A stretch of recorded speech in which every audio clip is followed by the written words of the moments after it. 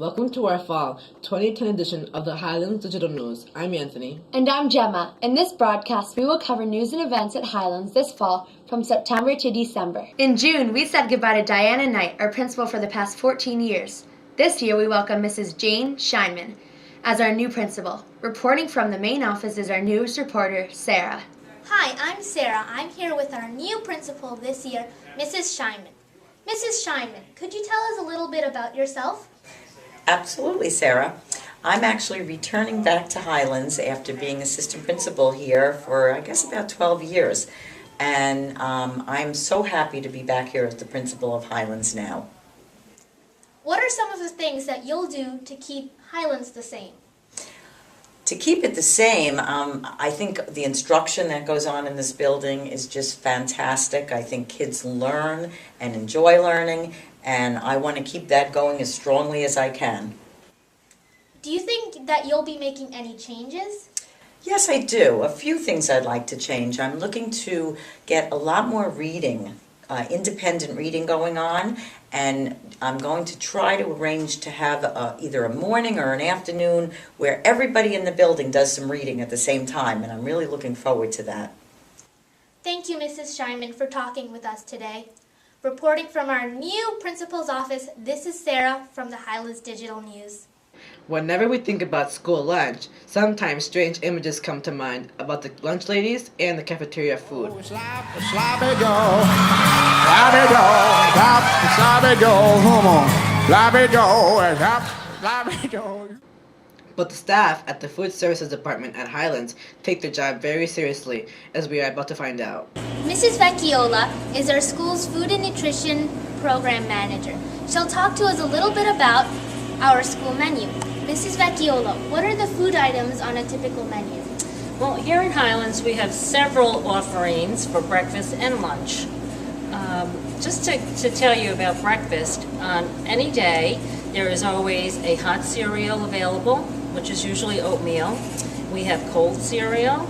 We may have waffles or pancakes. We have bagels. We have juice. We have yogurt. We have fruit. So there are many, many selections. Lunch is the same thing. We have daily specials that are here every day. We have a menu that comes out monthly, and those daily items change. Who prepares the menu? I receive a draft from our school food service director, who is Ed Mara, and I make the adjustments for the middle school, both here and Eastview, as well as the high school in Rochambeau. And who decides what foods are served at Highlands? We do work under state and federal guidelines, so we do have to make sure that you're going to be getting the nutrients that are required.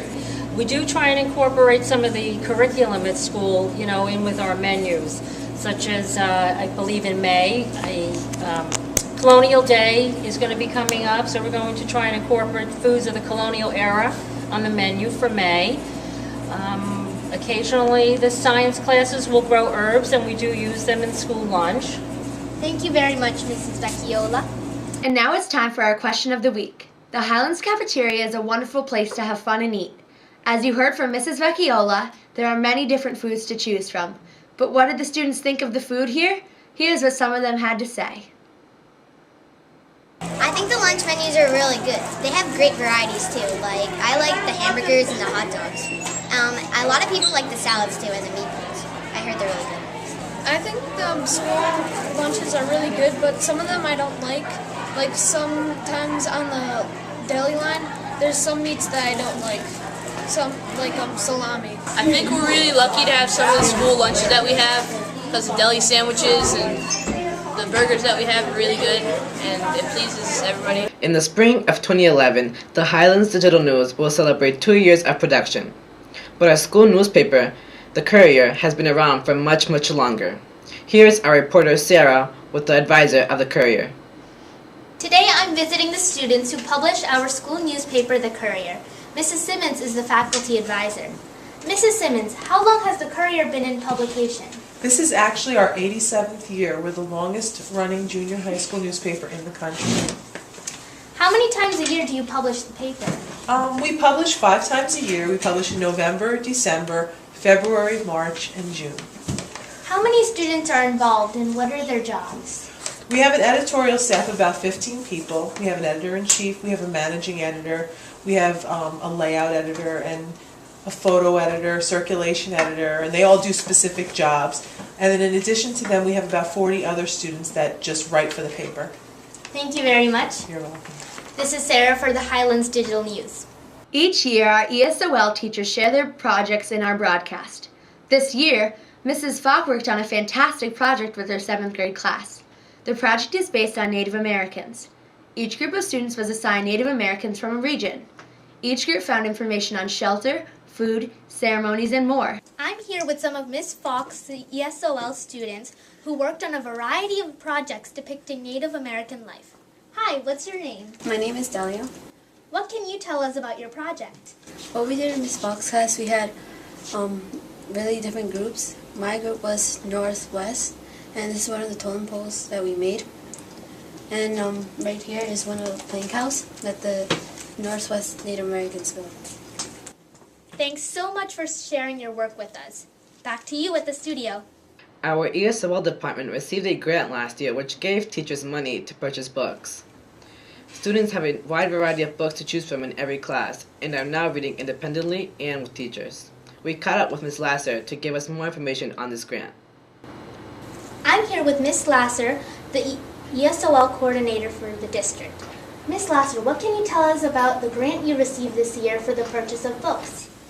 Well, I can tell you that this grant was solely identified for English as a second language student population, and we were able to purchase $6,500 worth of books for students that basically is a high interest and reading level ability for our middle schoolers. What does this mean for the ESOL students? Well, what this means is we can give students a better variety of books that are level and age appropriate, because we know that reading is the key to success, and if we provide students with high interest materials, we do believe that we will see ongoing gains in their academic development throughout the year. Thank you very much for sharing with us. This is Sarah reporting for the Highlands Digital News. Speaking of books, Highlands hosted a very special guest recently. Pulitzer Prize-winning author Junot Diaz came to speak to the students on Team 7G. The students presented work from their classes, including entries from their reading notebooks and original poems. Mr. Diaz ended up answering the students' questions about his craft. What made me write my first book was like a number of things, you guys. A, who doesn't want to be good at something? Look, when you're in college, you're figuring out what in the world you're going to be good at. You know? And for me, that was an important thing. I was like, darn, what can I be good at? My friends were good at businesses, my friends were good at science. I had friends of mine who were amazing athletes. I'm like, what can I be good at? I realized that storytelling and writing and reading was something that I liked. In November, we held our annual student organization elections. Joining us now is our new president with the ESO report.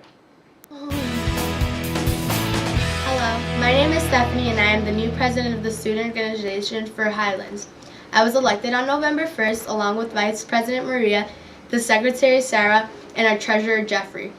So far, we've sponsored some fun events. On October 29th, we had our Halloween parade. Many students participated and there were costumes from grapes to groups of babies. In November, we had our Mix It Up Day, where students sat with a group of people they don't usually sit with during lunch. In December, we created holiday cards for senior citizens and held a Toys for Tots drive. This is a drive for people to bring in presents to give families that can't afford gifts for the holidays. We look forward to many more fun activities this year. Check back with the Highlands Digital News for more.